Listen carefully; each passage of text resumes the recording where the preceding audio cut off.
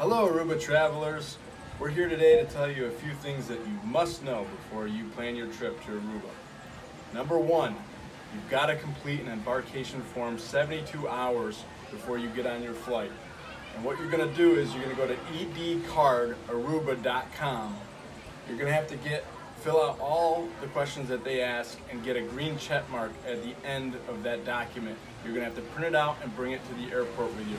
They will not let you on the flight without that green check mark. Number two, you're going to have to go to arubavisitorinsurance.com and you're going to actually have to pay for Aruba Insurance. It's going to cost you $30. Everyone's got to have it in case you need to be treated while you come to Aruba.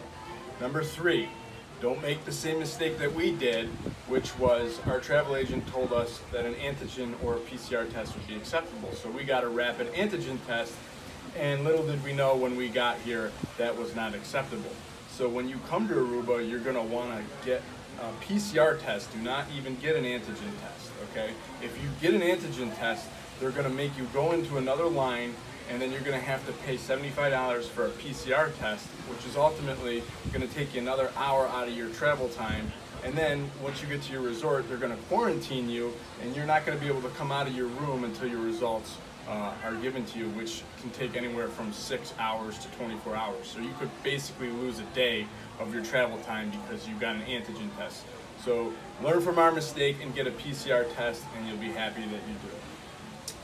Number four, when your flight leaves Aruba, okay, you must get a PCR test to return back to the United States. When you do that, you're going to have to pay $100 at the resort. They'll bring you up to a room that's located on site, and typically your results will be returned to you within 24 hours. Usually it's a lot sooner, but once you get those results, you should be clear to go as long as you get a negative result. So those are four things that you absolutely have to do before you come to Aruba. And if you do those, you'll have a much smoother and a much quicker and a much happier stay here in Aruba. And if you stay tuned, our next video will be 3 things that you absolutely should bring down to Aruba with you on your next vacation.